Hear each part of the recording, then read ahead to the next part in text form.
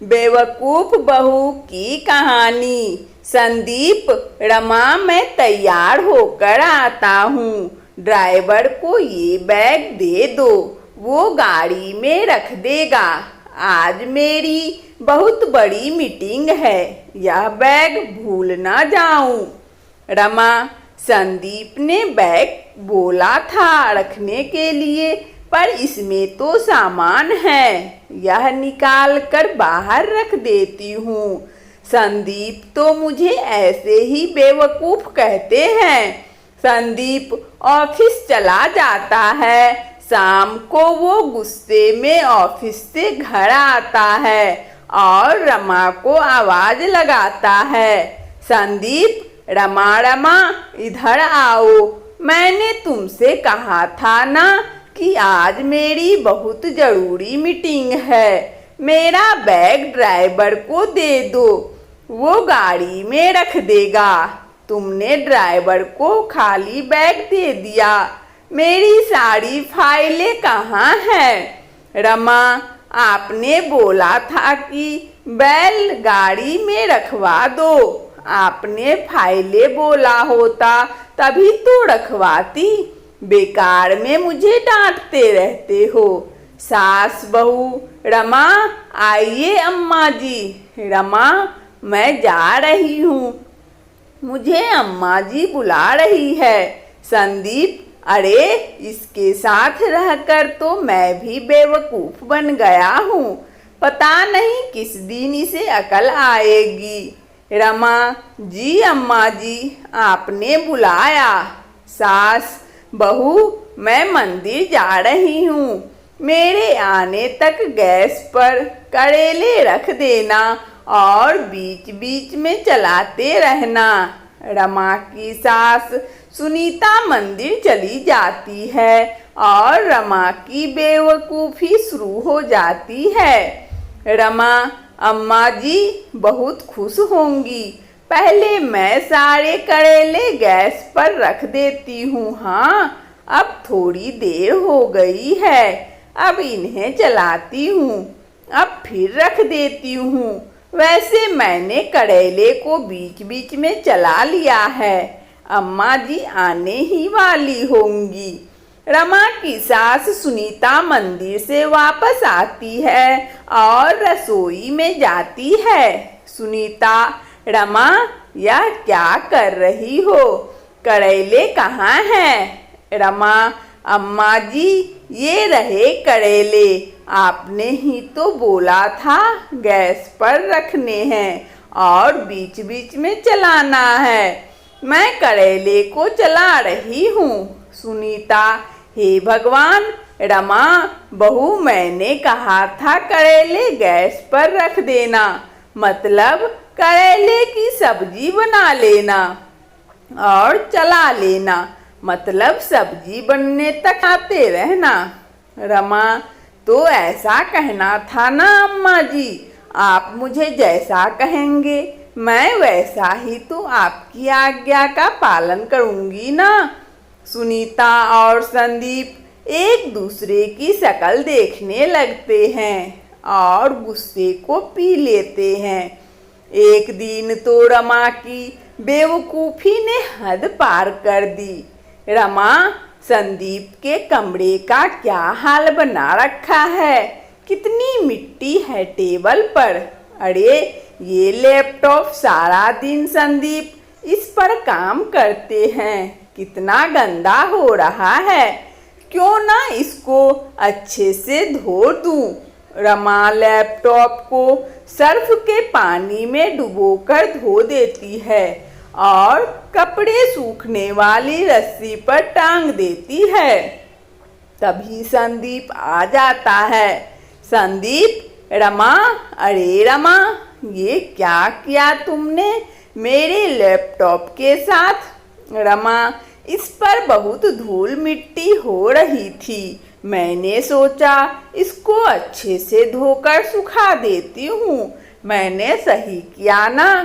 संदीप, रमा तुम सचमुच तुम बेवकूफ पत्नी हो, मेरा दिमाग खराब था जो तुमसे शादी की मैंने।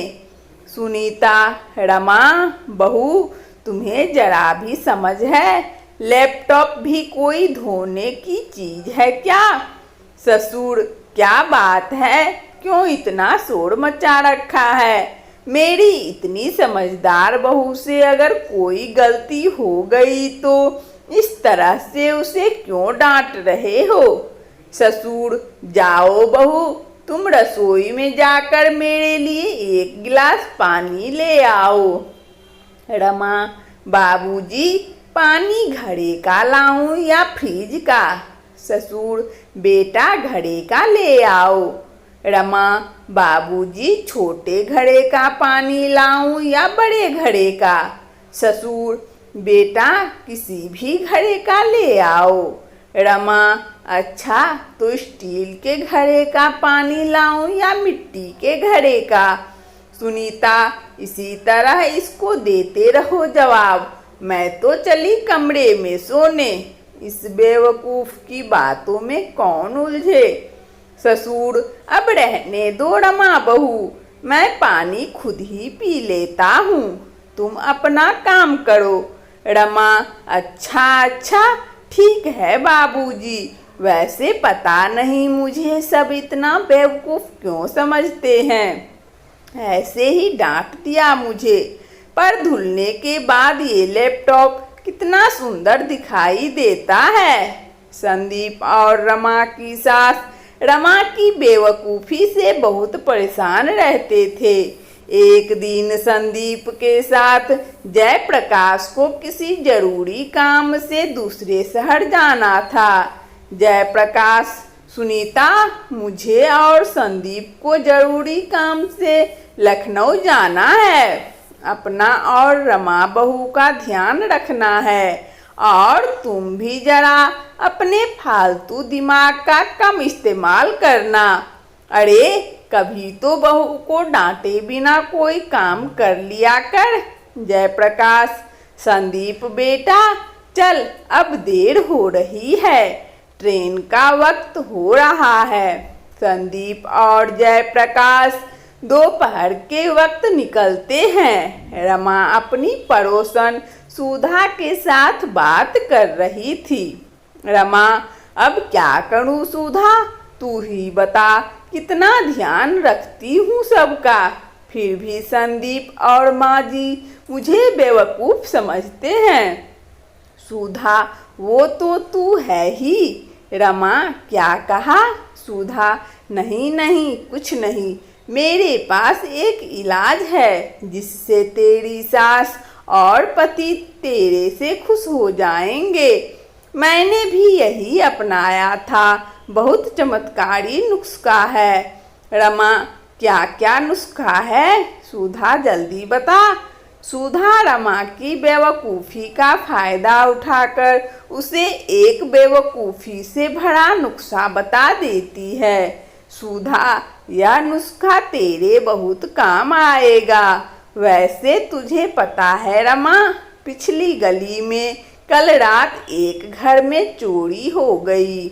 चोर छत के दरवाजे से घर में घुस आए थे। रमा, क्या छत के दरवाजे से? मुझे याद आया, हमारे भी तो छत का दरवाज़ा खुला रहता है, उसकी कुंडी खराब है। चलो अच्छा है, चोरों को ये बात पता नहीं चली। अच्छा, अब मैं जाती हूँ। रमा को छत के दरवाजे के बारे में बात करते हुए वही चोर सुन लेते हैं। वो बड़े शातिर चोर थे और उसी गली के आसपास ऐसे लोगों के घर की खबर रखते थे जिनके घर चोरी की जा सकती थी। इशारे से दोनों चोर बात करते हैं और रात में इसी घर में चोरी करेंगे और उस वक्त वहाँ से चले जाते हैं। रमा घर के भीतर आ जाती है।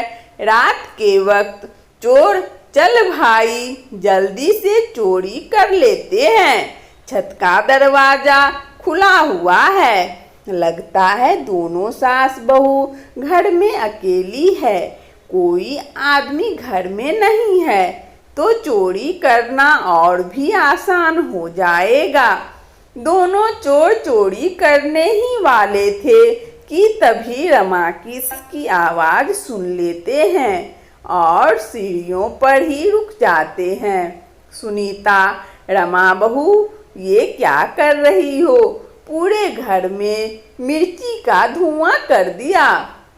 यह मिर्ची क्यों जला रही हो? हे भगवान, मार दिया रे। रमा, अम्मा जी, ये नुस्खा है, यह आप भी नहीं समझोगे। पहले इन मिर्चों के धुओं को घर के कोने में फैला जाना चाहिए। रमा मिर्ची का धुआं फैलाती हुई छत की सीढ़ियों के पास भी जाती है, जिसकी महक से दोनों चोर तेज तेज खांसने और छींकने लगते हैं। उनका बुरा हाल होने लगता है। चोर, अरे कोई बचाओ, इस पूरे घर में मिर्च है, ये कैसा घर है भाई? दूसरा चोर, अरे भाग लो यहाँ से। रमा, ये किसके खांसने की आवाज आ रही है? सुनीता, रमा बहू, ये तो चोर हैं। चोर चोर, जल्दी आओ बहू, दरवाजा खोलो, हमारे घर में चोर घुस आए हैं। चोर, अरे मेरी अम्मा, हमें जाने दे, हम तो बूढ़े फंसे जो तेरे घर में आ गए थे चोरी करने। सुनीता, रमा बहू, जरा वो सामने खड़ा डंडा लाना, इन चोरों की तो आज खैर नहीं। रमा और सुनीता दोनों चोरों को पीटने लगती है। इतनी देर में मोहल्ले के लोग भी आ जाते हैं और चोरों को पकड़ लेते हैं। आदमी, ये तो वही चोर है जिन्होंने पिछली गली में कल रात चोरी की थी। मारो इनको। औरत, इन दोनों को पकड़ो और पुलिस के हवाले कर दो। इसके बाद मोहल्ले के लोग चोरों को पुलिस के हवाले कर देते हैं। सुनीता, रमा बहू, तुमने तो कमाल कर दिया, वाकई में तुम बहुत अच्छी बहू हो।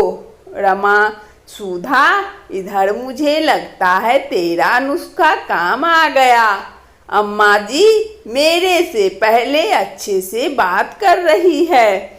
मिर्ची वाला नुस्खा अपना असर दिखा रहा है और उन्होंने मुझे अच्छी बहू भी कहा, नहीं तो हमेशा बेवकूफ बहू ही कहती है।